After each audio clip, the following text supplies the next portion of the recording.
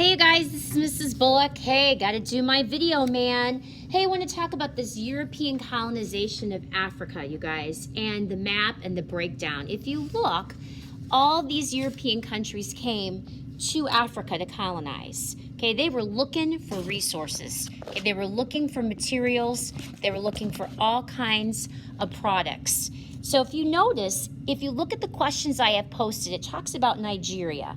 And Nigeria is in the pink. Nigeria was actually colonized, and you can see it breaks it down by the British. I asked you a couple other questions about Sierra Leone and Nigeria again. Of course, they're both by the British. Look at the color code of the key when you look at this page that I screenshot for you. But if you look, you have some other countries. In the yellow, Angola, Portuguese that came over. You see most of the green is French. So when you guys did research on countries, many of you were like, they speak French. Yes, because they were colonized by the French. You see they speak Portuguese. They were colonized by the Portuguese, the British, the English. Again, if you look, it talks about why did the European countries come here? They were looking for prestige. They wanted land. They wanted resources, goods for their markets. They needed goods and raw materials for their factories as well.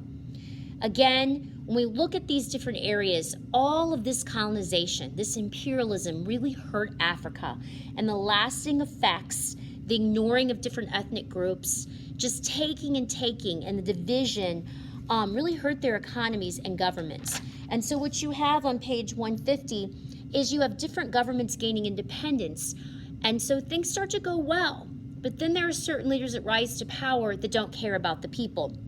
One of those is Joseph Mobutu, and it talks about it in your book on page 150. It's one of the questions that I ask you.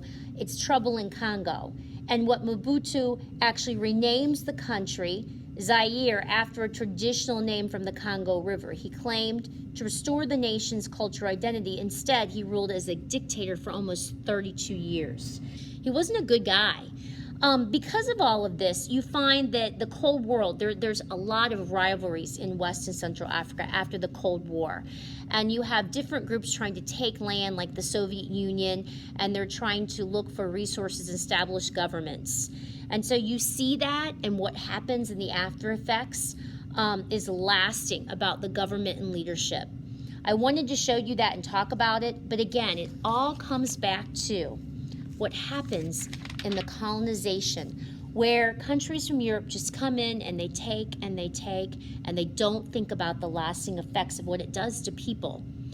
And so many of the Africans couldn't fight back. They didn't know how to fight back, and the lasting effects are detrimental.